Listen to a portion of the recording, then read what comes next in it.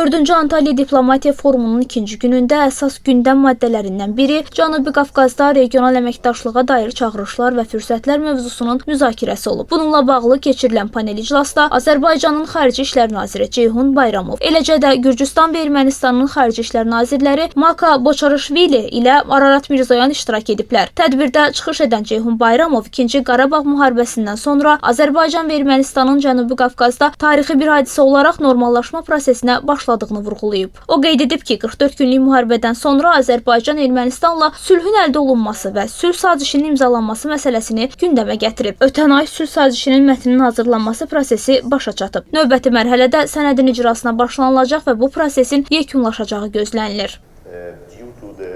Bu proseslə biz uzun illər fəaliyyəti dayandırılmış bir məsələnin yenidən işə salınmasına başlayırıq. Ermənistan da bu gerçəyi qəbul edir. Bununla bağlı Ermənistan konstitusiyasında lazımi dəyişikliklər ediləcək ki, bu dəyişikliklər torpaqlarla bağlı haqq iddiaları məsələsinin həllinə gətirib çıxaracaq. Artıq Azərbaycan və Ermənistan arasında sülh sazişinin imzalanması ilə bağlı başqa maneələrlə qarşılaşacağımızı düşünmürük. Azərbaycanla Ermənistan sülh baxımından çox uğurlu bir dövrü geridə qoyub.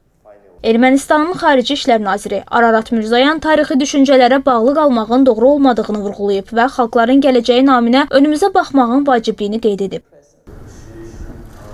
İndi biz fikrimizi bugünə və gələcəyə cəmləşdirməliyik. Kim daha çox insan öldürdü kimi keçmişə bağlı iddiaları davam etdirmək yalnız yeni mübahisələrə səbəb olacaq. Biz ilk növbədə bölgədə sülhü inşa etməliyik. Uzun danışıqlardan sonra sülh sazişinin mətni ilə bağlı ortaq fikrə gəlmişik. Artıq sənədin imzalama tarixi və yerini müəyyən etməliyik. Mətndə konstitusiyadakı suverenlik haqqına istinad edilən maddə ilə bağlı dəyişiklik mövcuddur. Amma bu Konstitusiya Məhkəməsinin qərarına bağlıdır. Teorik olaraq ziddiyyətin aradan qaldırılacağına inanıram.